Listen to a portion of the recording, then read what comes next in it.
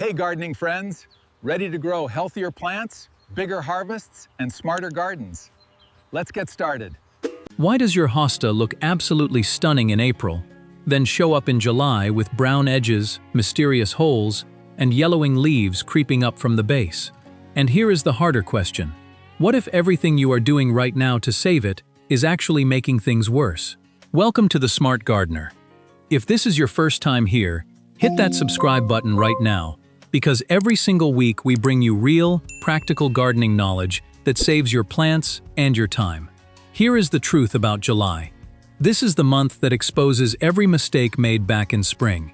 Brown leaf tips, ragged holes appearing overnight, yellowing from the base up, strange streaking patterns between the veins that never seem to go away. Most gardeners see these signs and immediately water more, fertilize, or cut the damaged leaves off. And in most cases, every one of those responses is the wrong move. July is not the month to push your hostas. July is the month to protect them. Today, I am walking you through exactly what your hostas need right now, and exactly what they do not need, including the one thing that quietly guarantees your plants underperform for the rest of the season.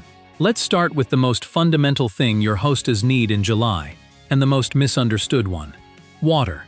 But not the way most people do it. Hosta roots are fleshy and deep. They need consistent moisture several inches below the surface, not a quick sprinkle that wets the top and evaporates before noon. Here is a simple test. Push your finger straight down into the soil, 3 to 4 inches. If it feels dry at that depth, your hosta is already water-stressed, even if the surface looks fine. Your target is 1 inch of water per week, delivered in 2 deep sessions rather than daily light sprinkles. Early morning is the best time, giving roots a chance to absorb before the heat of the day kicks in. Plants growing under large trees, beneath roof overhangs, or in containers dry out significantly faster than the baseline and need more. And always water at the soil level, never on the leaves, and never in the evening. Wet foliage at night is an open invitation for slugs and foliar disease to work through the night while you sleep. Now here is something most gardeners completely miss in July. The most common symptom showing up in hosta gardens right now is not pest damage, and it is not disease. It is sun scorch, and it is being misdiagnosed as a watering problem in yards all across the country. The shade your plant had back in May is not necessarily the shade it has today. As the sun arc shifts through summer, spots that receive gentle morning light in spring may now be taking direct afternoon sun by midsummer. Check your hostas specifically between noon and 4 in the afternoon. That window tells you everything. Blue varieties are especially vulnerable because the waxy coating that gives them their color is permanently damaged by direct sun exposure and does not come back until the following spring. And if you are gardening in Zone 8 or Zone 9 across the south, here is something worth knowing. Even when your hosta sits in full shade, overnight temperatures consistently above 75 degrees Fahrenheit keep the soil warm enough around the clock to suppress the plant's ability to absorb water and nutrients properly. That is why plants sometimes look wilted even when the soil feels moist. Sun scorch damage on the leaf itself is permanent, but the plant is not lost. Fix the position, and new growth coming from the crown will be healthy. The third thing your hostas need right now is refreshed mulch, and this is where one of the most well-intentioned mistakes in gardening quietly destroys crowns every single summer. Maintain 2 to 4 inches of organic mulch, shredded bark, pine needles, or shredded leaves around each plant. Done right, mulch keeps the root zone noticeably cooler than the air temperature above it, holds moisture between waterings, and steadies the soil temperature through the hottest weeks. Gardens that mulch properly need up to 35% less supplemental water and consistently produce larger, healthier leaves. But here is the mistake that costs gardeners healthy plants every July. Mulch piled against the base of the stems.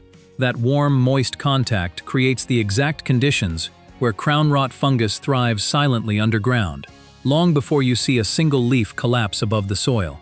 Pull the mulch back so there is a clear gap of at least 2 to 3 inches between the mulch and the base of every stem. The mulch does its work all around the plant. The crown itself needs to stay dry and open to air. Moving on to something that happens in your garden every single night in July without you seeing it. If you are walking out to your hostas in the morning and finding ragged, irregular holes scattered across the leaves, not clean cuts, not perfect circles, but torn uneven openings that look like something chewed through.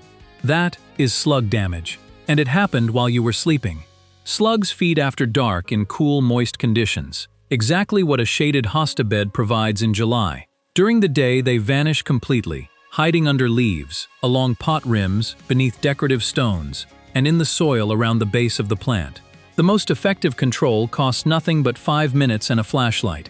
Go out about 1 hour after sunset. The slugs will be right there on the leaf surfaces actively feeding.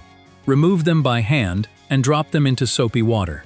Do this 3 consecutive nights and you eliminate a significant portion of the local population at its most vulnerable moment.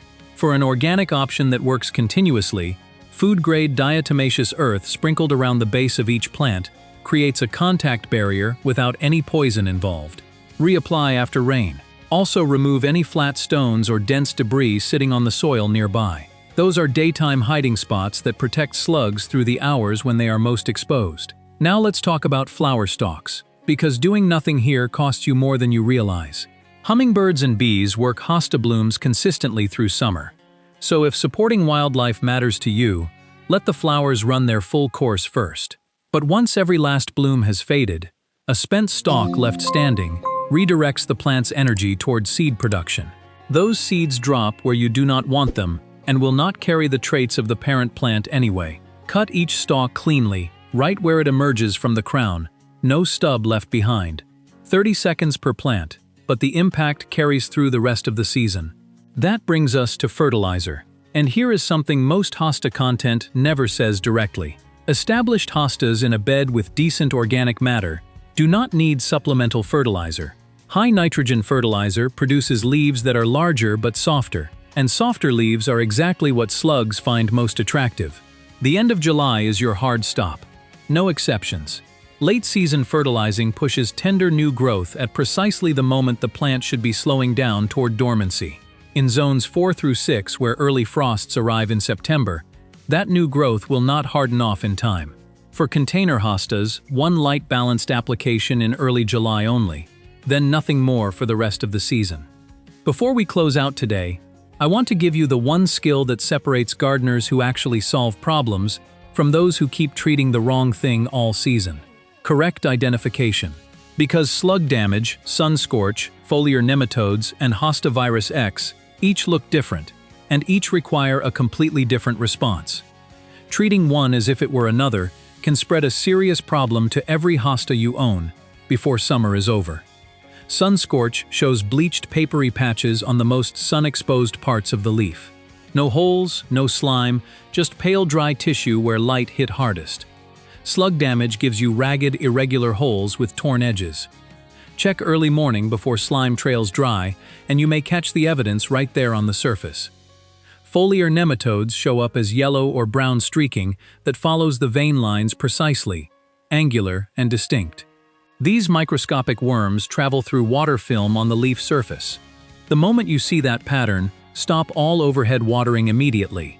Remove affected leaves directly into the trash, not the compost, and sanitize every tool before moving to the next plant. Hosta virus X is in a different category entirely. This virus was officially identified in 1996 and was actually mistaken early on for an attractive color variation, which is how it spread so widely through nurseries before anyone understood what it was. Symptoms include mottled, blotchy coloring that looks like ink bleeding through the leaf, along with puckering and twisting of the leaf surface. A plant can carry this virus silently for up to 2 years before showing any visible symptoms. There is no treatment. Remove the entire plant, including roots, put it in the trash, and disinfect every tool that made contact using a 3% hydrogen peroxide solution or a 10% bleach solution. The virus travels through sap on your tools, not through the soil, so your pruners are the primary vector to control. Now here is something most gardening channels skip entirely, and if you have deer or rabbits in your neighborhood, pay close attention. Hostas rank in the highest risk category for deer damage, meaning deer return to them repeatedly once they discover the planting. Deer rip and tear, leaving ragged edges on the stems where leaves were pulled away. Rabbits snip cleanly, leaving cuts that look almost like scissors work. An established hosta can recover from one round of browsing because it stores energy in its roots, but repeated attacks through the summer Drain those reserves before winter and leave the plant weakened going into dormancy. For deer, a metal fence at least 6 to 8 feet tall is the most reliable barrier. For rabbits, 3 feet high with mesh openings no larger than 1 inch. Repellent sprays containing putrescent egg solids or capsaicin add another layer of protection but need reapplying after every rain. Motion-activated sprinklers work well as a humane deterrent for deer, and understand this clearly. No Hosta variety is fully deer-proof. If a deer is hungry and your hostas are accessible, they will eat them. So here is your complete July hosta checklist before you go. Water deeply at the soil level only, never on the foliage, never in the evening. Check your shade coverage specifically between noon and 4 in the afternoon. Refresh your mulch to 2 to 4 inches and keep it completely clear of the crown. Manage slugs actively with evening hand picking on 3 consecutive nights. Remove spent flower stalks cleanly the moment the last bloom fades. Stop all fertilizing by the end of July without exception.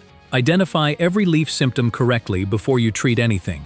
And protect your plants from deer and rabbits before the damage compounds through the season. The best gardeners are not the ones who do the most. They are the ones who know when to act and when to let the plant be. The hostas that come back strongest next spring are not the ones that were pushed hardest through summer. They are the ones that were protected through it. If this video helped you, subscribe to The Smart Gardener right now and hit the bell so you never miss what comes next. Then drop 2 things in the comments before you go. What state or USDA zone are you gardening in? And what does your hosta look like this July? I read every single one, and your answers shape what we cover next.